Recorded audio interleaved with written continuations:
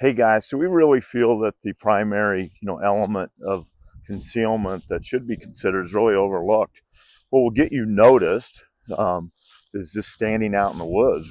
We can all relate to how movement will get you picked off. It's really that same exception, in terms of color, but just as importantly in light absorbance or light reflectance.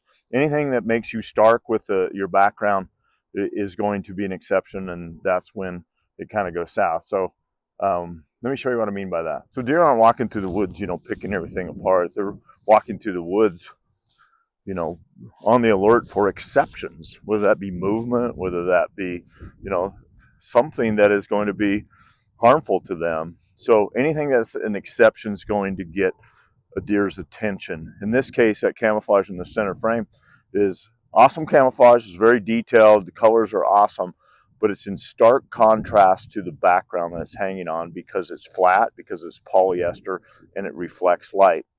The garment that's hanging, right underneath it, basically, one of our coat of silence garments, it's wool based, it's dyed at the yarn level, it's a knit surface, so it's much more organic and it actually absorbs light incredibly better and more similar to the background than the garment on the left.